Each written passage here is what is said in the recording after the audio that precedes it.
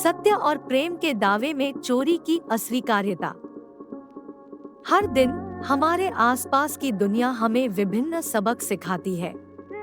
सत्य और प्रेम, इन दो शब्दों में गहरी मतलब छुपा हुआ है।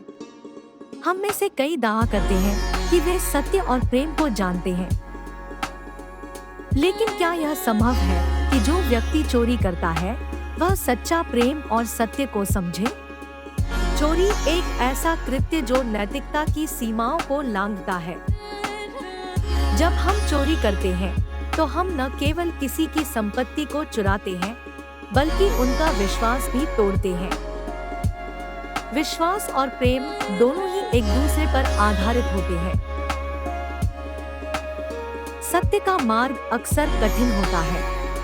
सत्य को स्वीकार करना और उस पर चलना, यह एक ऐसा व्रत है जो हमें आत्मा की शुद्धता की ओर ले जाता है। चोरी करने वाला व्यक्ति अपने आप को एक ऐसी भूल भुलैया में फंसा लेता है जहां से बाहर आना मुश्किल हो जाता है। वह स्वयं को सत्य से और दूर कर लेता है। प्रेम में हमेशा दूसरों के प्रति समर्पण की भावना होती है। जब हम चोरी करते हैं तो हम इस समर्पण की भावना को खो देते हैं। सत्य और प्रेम की सच्ची समझ हमें एक उच्च नैतिकता की ओर ले जाती है। यह हमें यह दिखाती है कि हमारे कर्म ही हमारे चरित्र को परिभाषित करते हैं। चोरी करके हम न केवल दूसरों के साथ अन्याय करते हैं, बल्कि अपने साथ भी। यह हमें उस आत्मिक शांति से दूर कर देता है जो सत्य और प्रेम के मार्ग पर चलने से मिलती है।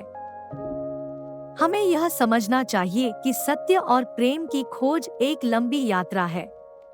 इसमें समर्पण, धैर्य और सच्चाई की आवश्यकता होती है। चोरी करने के क्षणिक लाभ की तुलना में सत्य और प्रेम की खोज में जो शांति और संतोष मिलता है, वह अनमोल है। इसलिए हम